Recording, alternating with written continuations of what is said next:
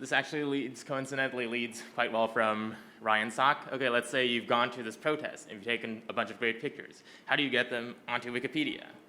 Well, Wikimedia Commons is our free media repository, a collection of over 43 million files, mostly images, but we also have videos and audio files and all that, to which anyone can contribute. So you can upload your pictures onto Wikimedia Commons and then put them onto the corresponding Wikipedia articles. So when you upload onto Wikimedia Commons, there are some rules that you have to abide by, most of which have to do with copyright. And so this is our page on basically the correct licensing. You notice here how it says Wikimedia Commons only accepts free content. What does that mean? It must be free for everyone to copy, to share under the same conditions, to modify, and to use, even commercially. And so the license that most people choose to use is a Creative Commons license.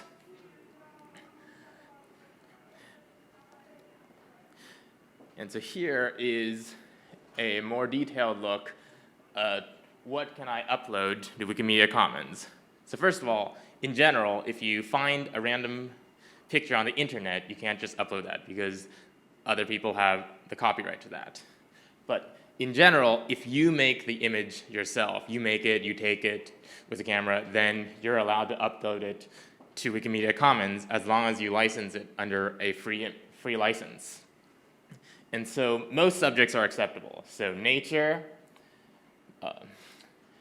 and people in public places. This varies by country. Some countries have stricter privacy laws, but in the US, you can do this, at least.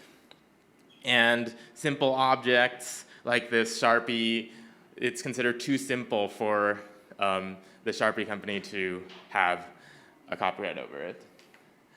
And if you make original diagrams yourself. So there are some restrictions. For example, if you take a picture of somebody else's copyrighted work, for example, their painting or their artwork, any kind of thing which is derived from somebody else's, then you aren't allowed to upload it to Wikimedia Commons unless you have their permission. And there are also some exceptions, like, for example, if anything produced by the US government is public domain, and so it's free for you to use, and also art from a very long time ago, that's also fair game, because the copyright has expired. And so, if you take something, let's say you didn't create the image, or you created a derivative of somebody else's image, then how do you prove that the copyright holder agrees to give it under this license?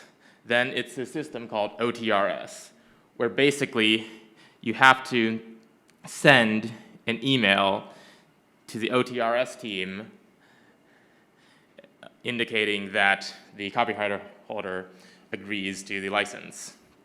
And you can read more about the requirements. So basically the idea is if this thing is entirely your work and either you made it out of public domain material or freely licensed material and everything else was entirely your contribution, then you don't need to go through this process. But if anyone else has any copyright stake in it, then you need to send it to OTRS. Thank you.